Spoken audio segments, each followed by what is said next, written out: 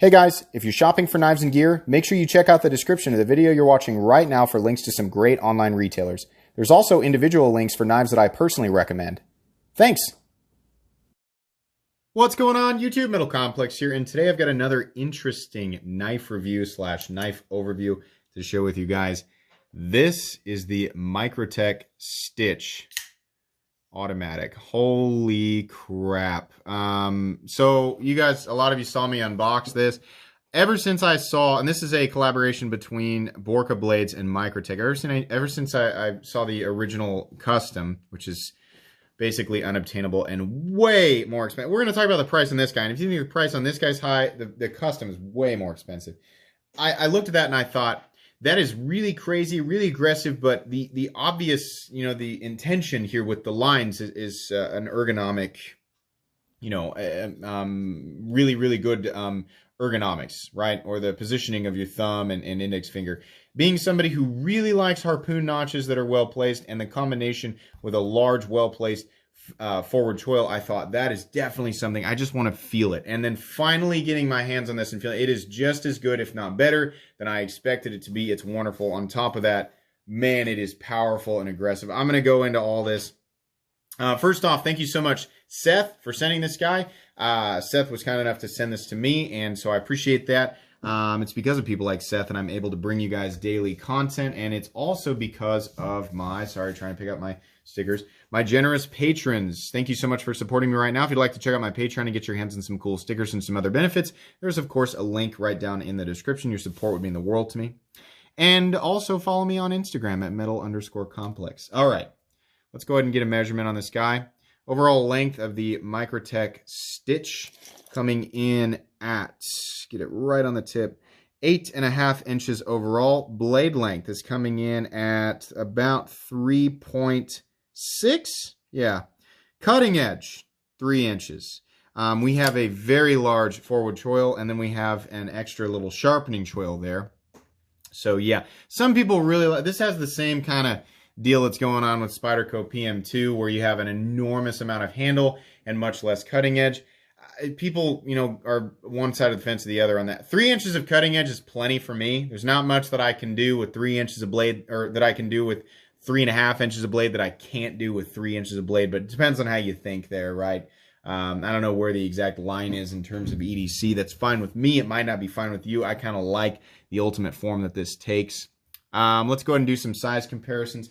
Up against the Ontario Rat Model 1, the Rat 1 is coming in at 8.6 inches overall, so you can see there it actually looks like the Stitch is a little bit longer, but I think the Rat is just ever so slightly longer. Yeah, it's 8.5. So sometimes I look at the wrong place on the, I'm just looking for my own reference. But yeah, up against the Spyderco PM2. Spyderco PM2 is coming in at 8.3 inches overall, and you can see there, that's what I'm talking about. Huge amount of handle. Forward choil, it's even more so. I mean, remember that this is a little bit longer, and the camera angle is making it look substantially longer than the PM2, when in fact it's actually closer than you might think. But with that, see, this is why it's throwing me off, because the PM2 always measures 8.3, which I'm going to do right now. Yeah, 8.3, and this guy measures 8.5, but it looks substantially longer than way longer. I don't know. It's weird. Maybe it's my camera angle. But yeah, lots of handle and then less blade. And this guy's even more so, right? But it's just a little bit longer, so you still have about the same amount of cutting edge. The PM2, yeah, it's almost exactly the same amount of cutting edge there. How about up against the Benchmade Griptilian, or in this case, the Ritter Hogue? Ritter Hogue coming in at 8 inches overall. And last but not least, the Spyderco Para 3. The Spyderco Para 3 is coming in at 7.25 inches overall. How's the action on this guy? This guy is an automatic knife. Runs on phosphor bronze washers as far as I know. It's hard to see in there though. My goodness, is there a lot of tension in that. Ready? God, this is powerful. This is one of the most powerful side opening automatic knives I have ever handled. And I think it's because of the thickness of the blade. And Microtech, obviously they got a powerful spring in there, and then the overall mass of the blade, I mean, golly, this is as powerful and aggressive as it looks. And it feels solid. It's a quality action. I love that firing button. I love this. For whatever reason, it feels better on the hand. They've got texturing on there. It's just nice. A lot of little details here. This is an expensive auto, but there's a lot of extra features here. I've always said that I thought that, you know, Microtech has made the best OTFs and ProTech makes the best side opening automatics. I think, you know, overall selection and in terms of, you know, general quality and the consistency across the board, I'd still give it to ProTech for the side openers. But Microtech doesn't make nearly as many side openers as they do OTFs. Right, so when I say that, that's what I mean. You have a bigger selection with ProTech, or you have the consistency with quality, and they don't have the. I'm not saying that Microtech is inconsistent with quality, but they have so many different designs. A lot of the mechanisms and the way that they execute things, it translates a little bit differently between designs, and it's not necessarily better or worse action. It's just different feeling. At least that's my experience. I don't know. Maybe that doesn't make any sense, but. Anyways, this is on par with any of the you know, other side opening autos I've felt in terms of quality, but it's definitely more powerful. Do you need more power in the side opening auto? Not really, but it's definitely there. It's just the amount of throw and then the mass of the blade is just bam. It is in your face the moment that it comes out. It's awesome, absolutely. All right, let's go and do a hardware check. We'll get out my tools here. You can pick up my tools. They are listed in the description. They are not expensive and they are very recommendable. This is a huge oversized pivot. I'm going to guess that that is we're going to try a T20. It might be a T15. We're going to check the T20 first. Nope, that is a T20. That's awesome. I love this is kind of like the same thing that's going on with the SOCOM Elite, the big oversized pivot. But they have all the hardware screws are the oversized fasteners. On the SOCOM Elite, they have some of the smaller sized fasteners. This entire thing, I think the hardware is, I'm going to try T10 on the hardware screws, or the body screws. Whoops. Is it a T10? No, it must be a T8. All right, let's try a T8. It just the fasteners look so big. I've got a thing with the oversized screws. I just like them. I like how they look. So I appreciate this, and the entire thing just looks, yeah. So it's T8. So it's T20 on the pivot, T8 screws. There's a lot of screws, but I'd rather take a lot of T8 screws than just a couple of T6. Why? Because they're easier to you know, undo. You're not going to risk nearly as much messing up your bits or the heads. And on top of that, I think Microtech's hardware is really well made. They make it out of a special steel, as far as I know, so it's extra durable. That's great. Yeah, downside, there's a lot of screws, but they're all T8, so that's going to be fine. Let's go ahead and talk about carry profile up against the Spyderco. Well, let's do thickness up against the Para 3. Yeah, this is a thick boy. That is definitely thicker than the PM2. Or I'm sorry, the Para 3. How about height and length up against the PM2 and Para 3? Two knives that have awkward carry profiles that nobody ever seems to complain about. There's the PM2.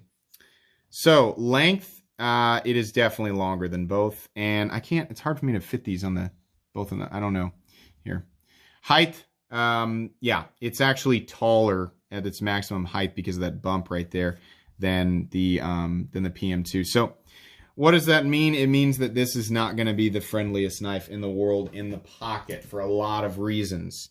Let's go ahead and do blade stock thickness. I bet this is 165 to 185 thousandths. Oh my gosh. Yeah, it's 190 thousandths. So yeah, that's why this is I mean, like, I would love to see Microtech do titanium autos, but number one, they'd be even more expensive and they'd be heavier. This is an aluminum frame, which is fine. It doesn't bother me at all. I'm going to guess this thing weighs 5.5 to 6.5 ounces. Yeah, 6.28. This is right on the tippy top of my preferred weight range, but the profile is not one that's going to yield an excellent experience. You know, if you're not used to carrying knives that are this big, this is going to be a big shock. If you're used to carrying larger knives, probably not going to be a big deal. But if you're a Para 3 lightweight and bug out person, this isn't going to be for you. And actually, I mean, even knives like the Ritter Hogue, if you're used to carrying something like this, right, that is definitely a full-size knife, they come in at like 4.5 ounces. This is going to feel substantially bigger, chunkier, and heavier. your pocket. For people who wear regular work pants or, you know, just heavy-duty pant material like regular fit jeans, you know, if you've been used to carrying larger knives, you're going to be okay with this. But for pretty much everybody else, this is a big knife. It's going to be too big for most people to EDC, and it's also going to be illegal for a lot of people to EDC for blade length and because it is an automatic. So check your local laws. All right, let's go ahead and talk about the anatomy of this here. This thing is beautiful. There is a lot of excess that went into this. The tri-wing or the tri pattern that they've got here provides excellent grip. But it's not so aggressive that it's going to bother you. The scale is contoured. We have this nice sort of kind of matte finish on the hardware, and that the whole thing just looks aggressive and tactical. But you take a close look at it, and everything is just, God, the finish on it, all the little teeny tiny details in this thing are just wonderful. I really, really like the look of this. Backspacer looks great. They've got some excess chamfering there, these extra lines on the barrel spacers, and just, oh my gosh, this thing looks so futuristic and cool. And, you know, just the profile itself is enough to draw people in. So even without all of this excess, right, it still would have been something that was awesome from Microtech, but they just went above and beyond and just made everything so polished, so nice, right? Chamfering all the way around, all this is really great. The inside of that hole there is nicely chamfered, which is pointless. We'll talk about that here in a sec. But it's just beautiful. Also, the choke-up position on this guy, there is jimping here, but it's not aggressive. And it's this feeling right here. I'm big on ergonomic comfort, right? Even if there's not a lot of scenarios where I'm going to use this knife and hold it exactly like this. Holding it like this, holding it like this, holding it like this, right? Even stuff like this, it's all just wonderful. And that's the stitch design from Borka Blades is just amazing. And it does translate really well into an automatic from Microtech. This knife is so Microtech. It's not necessarily a flagship model, but it just, you look at it and you're like, what, did Microtech design that? To let you know, it was Borka Blades, but it looks like something that, you know, Tony Marfione could have designed. And it's just amazing. It goes along with their whole theme, their whole like overly tactical, like apocalypse battle gear kind of. It speaks that language so well. Not everybody's into that, but I like to see stuff like that all sync up. Even if that really isn't my style, when you see it all sync up and it's not corny, it's really pleasing. And this is cool. But, you know, there is utility in this. There are plenty of scenarios where I can see holding a knife like this really does help. And it is comfortable, right? And, you know, disengagement, there's so much room on this button. You're able to find it, but it's not raised enough to where I'm worried that it's going to accidentally deploy.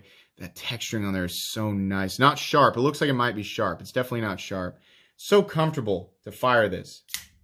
Oh, man, it shakes my whole camera. Awesome feeling. The jimping back here is nice. This is a tumbled blade, or perhaps it's an apocalyptic blade. It seems more tumbled. Maybe it is apocalypse. It's hard to tell with them, but this is all nicely knocked down. This is great. They've got the satin finish. By the way, I should say this. You know, we're 13 minutes in. This is not a knife that you can go out and buy right now. I will be linking the original listings for these Microtech stitch knives down in the description. You can go look at them, but it's not something that's readily available. And I'll also be linking Microtech knives in general if you want to look through what is available through Microtech knives. But yeah, this is a knife that many times I looked at and I was like, God, I want that, but it's so expensive. And then I would always find something else. Had I handled one of these back then when I was looking at it, yeah, it definitely would have been something that I would have spent money on. After having handling that, I mean, I'm kind of ruining the end of the review here, but yeah, if I'd gotten an opportunity to handle it, I definitely would have bought one. Anyways, this has this large opening hole, and the actual stitch is a manual frame lock. So that opening hole is massively. I'm just trying to imagine being able to do the reverse flick with this, or you know, open it with it. And God, it would be so awesome. But because this is an automatic knife, no, you cannot. I mean, it's locked right now. The only way to get the blade to deploy is by pushing the button. So that hole is just an aesthetic feature that is a complement to the original design. I kind of want it to not be there. I want to see what it looks like without the, they probably did prototype one without the hole, and they probably were like, it needs the hole to give it that look. You know, that's my guess. But here's what it makes me want. I mean, it's fine that it's there. It's not really, it's so smooth and so big that it's not really a gunk trap. You're going to want to use it and then remember that you can't. But it's also not really, it's not going to cause an issue with cutting, whether it's there or not. It's not going to slow you down, so it's fine. It makes me want Microtech to do a manual one.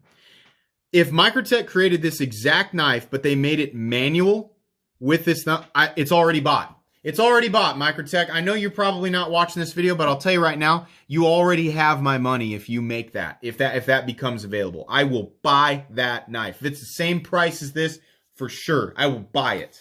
If you come out with more of these autos, I will probably buy an auto too. They do versions of this that have bronze blades with the bronze hardware. That's what I'd pick up. They got the black DLC. They've got serrated versions. They've got ones that are all blacked out.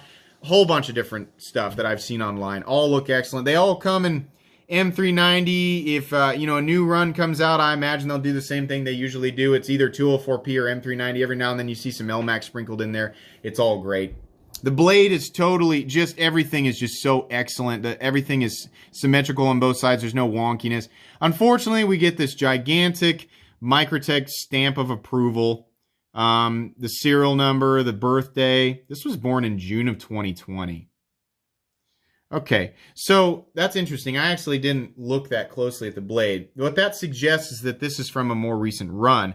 Now, I assume that this was older than that, and I personally had not seen these come out here recently, and I was gonna, you know, speculate on whether or not this is a discontinued knife.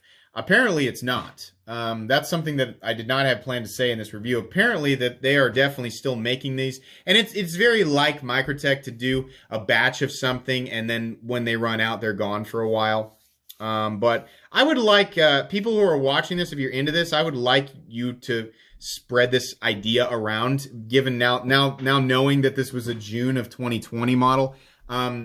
You know, I would like people to openly request and suggest a manual version of this knife. It's not like Microtech, they probably have considered it, but I think if we get enough people out there saying, hey, you should make this, then maybe they would do that. You know, basically with exactly the same way that the SOCOM Elite is, right? Liner lock like this. A countersunk titanium liner lock. Yeah.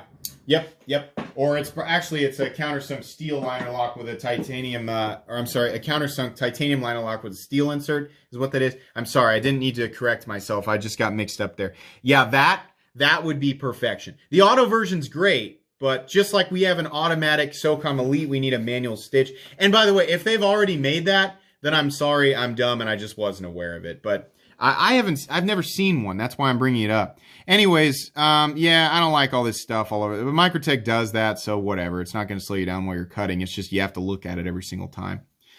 Open or close. I mean, it's huge, but it's just beautiful. This whole profile is just awesome. It's so cool.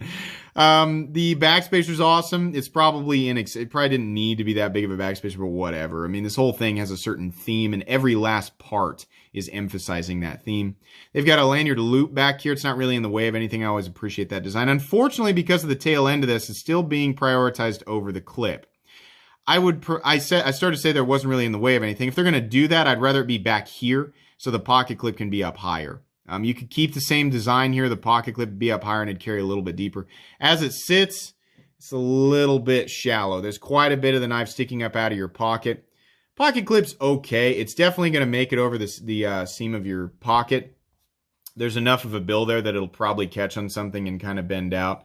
It's two pretty big screws in there. It's a pretty strong clip, but it definitely could bend out. There's no position for left-handed carry, so this is a right-hand tip-up only, which is fine. That's how I carry my knife, and I'm right-handed, but for lefties, sorry. As far as I know, there's not a left-handed version of this. The nice thing is that they did not texture underneath the clip, so you don't have to worry about that creating excess friction there. But yeah, the clip will function just fine. I kind of would have liked a more thematic clip, but it's okay. It does the job, you know, and it doesn't look that bad. In fact, I'm kind of indifferent about the style of the clip. It's just really the positioning I would have wanted differently. But yeah, it's plenty, the retention's there and it's going to function. Microtech clips always do the job. This knife locks up absolutely solid, completely and totally solid. And it is perfectly centered. All right, so things that are wrong with this knife: it's gigantic, it's automatic. A lot of people aren't going to like the profile, right? It's going to be illegal in a lot of places. But those are personal things. You know, it depends on what you're looking for in your knife. As far as design elements go, some people aren't going to like that you've got only 3 inches of blade for an 8.5-inch knife. But for me, it's the ergonomic position. This right here, if you're imagining this with me, you're like, boy, that looks like it's really I am so locked into this knife right now. It's not going anywhere. It's such an awesome, I love the lines on this thing. It's so cool. The blade is pretty thick. We didn't talk about this.